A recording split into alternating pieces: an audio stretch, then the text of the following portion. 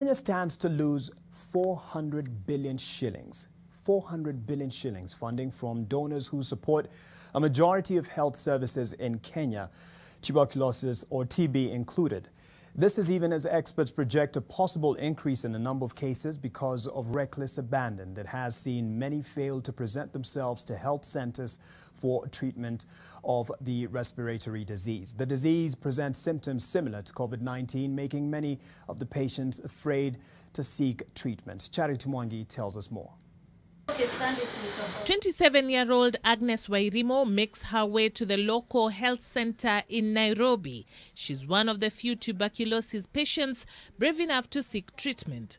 It has been a long journey. I went to a private hospital.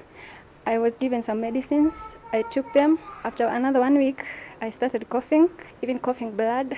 She believes she contracted pulmonary tuberculosis while at work. She works in customer service, a duty that has her interacting with people closely. Given the highly contagious nature of TB, she can only hope the person who infected her seeks treatment as strictly as she does. Wairimo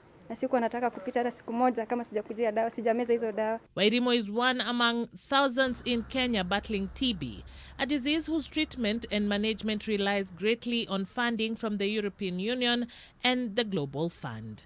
Recent reports of misappropriation of COVID-19 funds have raised concern that the two organizations may withdraw their 400 billion shillings funding.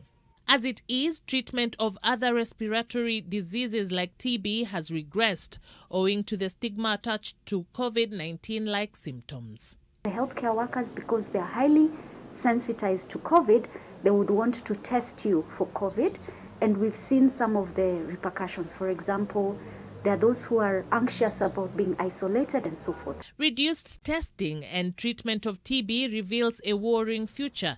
In 2017, tuberculosis death rate for Kenya was 50 cases per 100,000 people. Though TB is curable, the risk of complications increases due to late diagnosis, and then there are those who have been diagnosed but are not consistent with treatment. The bacteria would stop responding to TB drugs, and they would develop what you call drug resistance. Drug-resistant TB symptoms are more severe, and the drugs to treat it have tough side effects. While the country continues to handle one health pandemic, another health crisis seems to be brewing, one that can be solved if only those affected take responsibility. As for Wairimo, the journey to healing continues. Should Kenya lose the 400 billion shilling funding towards such treatment, that would almost certainly lead to the death of thousands others. Charity Mwangi, NTV.